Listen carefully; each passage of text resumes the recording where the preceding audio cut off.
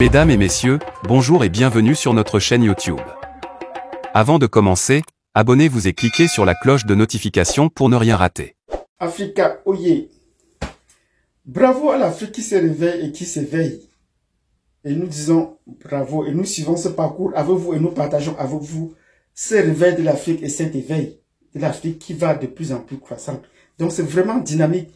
Et aujourd'hui, dans le tour de l'actualité, nous allons vous donner nous allons partager avec vous des bribes de l'éveil et du réveil des Africains. Et pour cela, nous allons dire bravo à des hommes, bravo à des États, bravo à des organisations qui font tous les jours que les Africains se réveillent au fur et à mesure.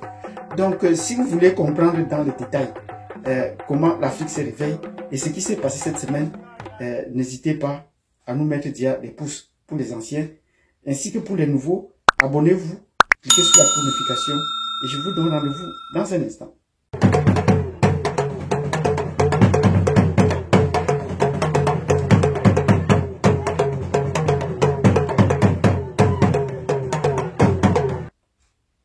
Bienvenue dans cette vidéo où nous commençons par dire OTEP, OKAMIT, OKEMIT.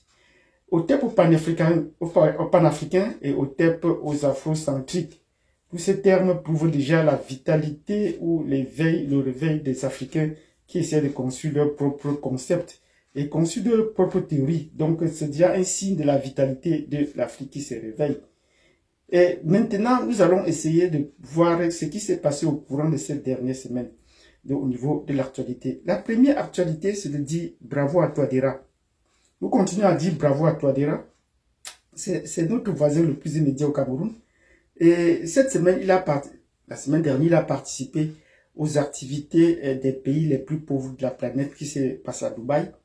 C'est vrai que ce n'est pas le lieu le plus indiqué, mais son discours fait couler encore beaucoup d'encre et de salive. Oui, parce qu'on n'attendait pas déjà ce discours, mais c'est un homme de courage. Et en tant que professeur d'université, c'est de façon pédagogique qu'il s'est adressé à son audience et qui continue à faire des vagues, qui continue à s'épanouir, parce qu'il a clairement dit de façon explicitée, et l'occasion était la meilleure, que c'est les pays occidentaux, pour ne pas nommer la France, qui essayent de piller, qui essayent de créer la guerre pour piller les ressources de la République centrafricaine. Donc la République centrafricaine possède des ressources dont certains veulent s'en accaparer. C'était la chasse gardée. Et je vous ai dit dans des précédentes vidéos, la République centrafricaine est une chasse gardée de l'Élysée, des présidents français plus précisément. Si la France-Afrique, c'est pour peut-être la France se considère comme sa chasse gardée, mais il y a des pays comme le Mali, ou notamment la République centrafricaine, qui sont la chasse gardée des présidents français. Tous les présidents français qui sont succédés en ont fait leur vache à lait et contrôlent minutieusement ces territoires. Touadéra est arrivé et a mis fin à cela grâce à un jeu très subtil. Et pour cela, nous disons bravo. Aujourd'hui, la République centrafricaine est un pays qui cherche à se reconstruire. Et le plus important, c'est que le peuple soit déjà réveillé et est en train de s'éveiller. Ça veut dire que malgré la pauvreté, le peuple est conscient qu'ils se sont libérés d'un fardeau lourd qui était la France. Mais qu'on ne se réjouisse pas très tôt, la France n'est pas encore entièrement partie. On a pu bousculer certains piliers importants, mais elle n'est pas partie. La France n'a pas été chassée, mais on est en train de resserrer l'espace, je veux dire au niveau de la Centrafrique, de resserrer son espace d'expression, tant au niveau vocal qu'au niveau des activités de chaque jour. Ils sont maintenant suivis à la loupe grâce à la présence des Russes. Et ils peuvent maintenant piailler, chiailler et dire tout ce qu'ils veulent qu'on est à l'oreille des Russes. Mais ça, c'est la mauvaise foi, parce qu'ils ne pensent pas que les Africains peuvent prendre l'initiative d'eux-mêmes. Vous voyez un enfant de la maternelle qui peut dire à son enseignant qu'il ne connaît rien, qu'il est à l'écoute de ses parents. Donc voilà, c'est un peu cela. Donc c'est parce que les Français nous traitent toujours comme des enfants, ils pensent qu'on ne peut pas grandir, qui pensent que c'est les Russes qui sont en train de nous dicter ces réveils ou cet éveil-là. Leur rapport est important, mais ce n'est pas eux qui le font. Parce que même quand vous regardez le niveau académique des hommes politiques en France, aujourd'hui, ils fuient tout débat. Et nous disons bravo à la ministre des Affaires étrangères de la République centrafricaine qui a invité plusieurs fois le ministre des Affaires étrangères de la France, Le Drian, à des débats sur des questions dont il semblait être ignorant. Ben, il ne s'est jamais présenté. Et il est invité plusieurs fois dans d'autres pays et ils ont toujours fui le débat. Ils savaient seulement jeter le pavé dans la mare et s'en aller. Le Mali les invite au Conseil de sécurité pour un échange de débat. Jusque-là, cela n'a pas lieu. Donc, ils se fuient. Donc, nous disons bravo à Touadéra qui cette semaine a bien expliqué, même s'il n'a pas nommé la France, que c'est la France qui crée le désordre dans son pays pour piller ses ressources, elle est victime de ses ressources. Et notamment si l'Élysée a fait de la puissance centrafricaine sa vache à lait, les différents présidents qui sont succédés ont pris diamants, or et tout ce qu'il fallait, c'est leur espace de chasse. C'est tout à fait normal que la France entre en crise. Nous disons bravo à Touadéra pour cette explication magnifique, majestueuse et diplomatique. Donc, bravo une fois de plus à Touadéra. Mais ce n'était pas la seule activité au courant de cette semaine, mais du moins l'actualité qui nous a marqué.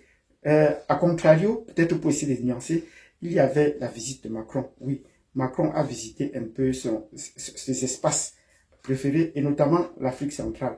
Mais il savait déjà qu'il n'est pas le bienvenu en Afrique. Mais comme il faut mourir, il préfère mourir au front, il est quand même allé il a quand même visité plusieurs pays africains. Et on se rend compte de façon globale qu'il est plus à l'aise dans les pays qui n'ont pas été colonisés par la France. Il aime bien aller au Nigeria et aller en boîte de nuit, mais pas dans les autres pays francophones. Dans cette intéressante tournée, il est plutôt allé prendre un verre, prendre un pot en République démocratique du Congo. Mais avant d'y arriver, il est passé par le Gabon où il a été accueilli de nuit. Oui, cette visite de nuit prouve déjà qu'il n'est pas bien accueilli de jour. Donc, le président français n'est pas bienvenu en Afrique de nos jours.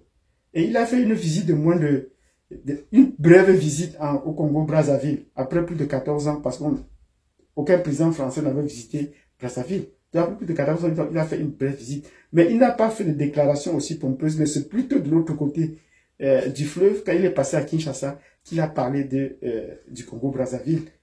Et voilà un peu ce jeu qu'il est en train de mener sur le territoire. Et au Congo-Brazzaville, nous disons, au Congo-Kinshasa, nous disons bravo à Kinshasa. Parce que pour une fois, le président Tshisekedi, comme je l'ai dit dans une vidéo, a tenu à recadrer le président français. Parce que chaque fois qu'il parle, nous c'était. Et ils disent n'importe quoi, on avale. Et après, on va piailler. Non. Là, directement, Tshisekedi a enfreint peut-être aux règles diplomatiques, comme ils vont dire, et lui a dit précisément que ce n'est pas les journalistes français qui parlent, ne sont pas...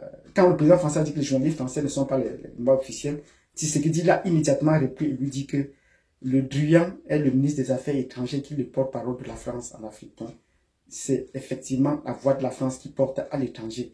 Et nous lui disons bravo. S'il peut le recadrer comme ça sur plusieurs points, c'est bon. Mais nous attendions également qu'il le recadre au moment où il disait que la France n'a pas pour vocation, comme ils aiment le dire, de pouvoir tenir la sécurité, et que ce n'est pas de sa faute si la République démocratique du Congo n'est pas en sécurité, qu'on a raté plusieurs fois le coche pour cela. Mais on aurait dû lui rappeler à cet égard, à cet effet, qu'ils ont signé des contrats pour une école militaire, une école de guerre au Congo-Brazzaville. Et quel est le résultat de cette école? Ça fait déjà plus de 2 ans. Ils ont donc formé combien de personnes? Et est-ce qu'ils continuent à être payés pour cela? Peut-être qu'on a mis une facture qui doit être payée automatiquement sans qu'on ne se rende effectivement compte. Donc, on devait le regarder, lui rappeler que s'il y a le désordre dans la République démocratique du Congo, c'est à cause également des Français qui ont fait un gros travail au niveau des finances pour ne pas permettre le développement d'une armée sur place. Quelle est cette école de guerre qui n'a pas encore pris corps et qu'on attend depuis? Est-ce qu'il faut attendre plusieurs années pour y en arriver? Donc, nous disons bravo à Tshisekedi, mais ce réveil paraît un peu trop peu et trop tard. Il a également visité des pays comme l'Angola. Vous vous rappelez, l'Angola, c'est un pays d'expression portugaise, mais c'est un pays très francophonisé, tant au niveau politique qu'au niveau économique, ainsi qu'au niveau social. Ça veut dire qu'il fonctionne sur le même principe que les autres pays francophones. Et les présidents angolais, généralement, sont posés. Et les autorités, les officiels parlent aisément le français. Donc, ce sont tous ces pays des pays pétroliers. Oui, c'est ça qu'on ne dit pas. D'après notre analyse, s'il vient en Afrique aujourd'hui, c'est pour des questions d'énergie. Et il est venu visiter dans le golfe de Guinée les pays producteurs de pétrole. Quels sont les enjeux? Est-ce qu'il n'y a pas des enjeux d'exportation de gaz, de pétrole à bas coût ou vers d'autres destinations comme l'Allemagne, les pays européens en général? S'ils sont en train de négocier le gaz avec l'Amérique du Nord, on peut transporter pour le dire. Il serait également question de voir comment discuter à bas coût ou le contrôle de l'énergie dans ces pays. Parce que tous ces pays, le Gabon, le Congo, la République démocratique du Congo, ainsi que l'Angola, qui est devenu le premier producteur de pétrole en Afrique, et il vient de défoncer le Nigeria, sont en train de voir comment mettre en place le contrôle de cette ressource. Donc c'est ça l'objet même, d'après nous, au regard de ce qui se passe. Le président français est venu faire en Afrique, s'assurer qu'il a encore la même mise sur les ressources, les anciennes ressources et plus les nouvelles. Donc soyons prudents chaque fois qu'il se déplace, parce qu'il ne se déplace pas seul. Vous voyez, même étant en République démocratique du Congo, le massacre continue à y avoir. Et je l'ai bien dit dans une de mes vidéos, chaque fois qu'un président français se déplace, il se déplace également dans ses caisses diplomatiques des bombes. Oui, un président africain a visité le Cameroun et on a eu une série de bombes jusqu'à épuisement. Donc ne pensez pas qu'ils viennent visiter comme ça, bras ballants, comme nous on va avec chez eux, bras ballants. Non, ils viennent avec des militaires et des terroristes dans leur sac pour s'assurer que tout se passe bien. Donc, nous disons bravo à Tshisekedi pour ce qu'il a fait déjà pour cette interrogation, mais il faudrait qu'il passe maintenant de la parole aux actes. Et nous disons, qu'est-ce que attend Tshisekedi pour fermer la frontière avec le Rwanda avant de pouvoir gérer cette question? Les négociations n'aboutiront jamais. Les négociations au Congo n'aboutiront jamais. Il faut, pour résoudre la question du Congo, à ce jour, une épreuve de force. Soit qu'un coup d'État survienne en République démocratique du Congo à Kinshasa pour renverser le gouvernement et refaire table rase des institutions et replacer, soit qu'on ferme la frontière avec le Rwanda et qu'on entre dans les négociations en posant Kagame comme effectivement Kagame comme l'agresseur. Mais c'est pour la première fois qu'on voit depuis cette force des Nations Unies qui généralement exclut les pays voisins. Mais cette fois-ci, on voit le Burundi être dans les forces, dans la MONUSCO, ce qui est un peu contradictoire. Même le Kenya qui sort pour la première fois de son territoire pour faire la guerre est sous le contrôle de Kagame. Donc, nous disons bravo, voilà tout ce qui s'est passé en Afrique cette semaine. Et pour conclure avec les pays anglophones, il s'est passé également au Nigeria des élections présidentielles. Les élections présidentielles dans un pays anglophone, la présidentielle à la française, les élections régionales qui sont passées au Congo. Mais d'entrée de jeu, qu'on a lancé la campagne, je disais aux anglophones, le président Ibo ne pouvait pas être élu. Parce que c'était la première fois depuis les indépendances qu'un Ibo se présentait aux élections. De pouvoir tout naviguer entre les Yoruba à l'ouest et les Nordistes au nord. C'est pas en train de naviguer entre eux. Les Yoruba sont exclus des affaires politiques.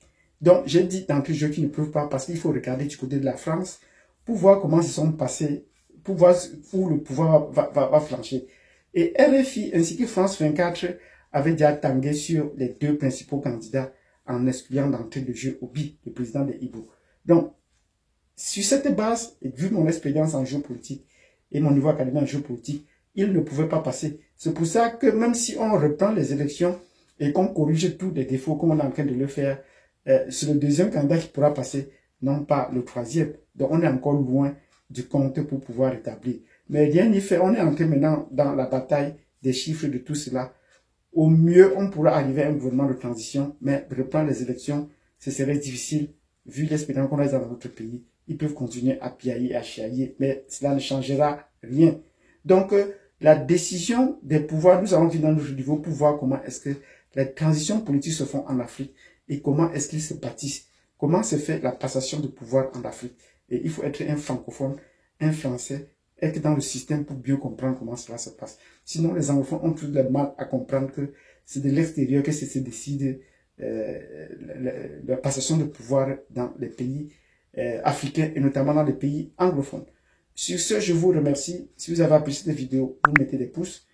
Abonnez-vous, cliquez sur la cloche de notification et je vous donne rendez-vous à la prochaine vidéo sur l'analyse de l'actualité politique et le décryptage géostratégique de la France. Merci et à tantôt.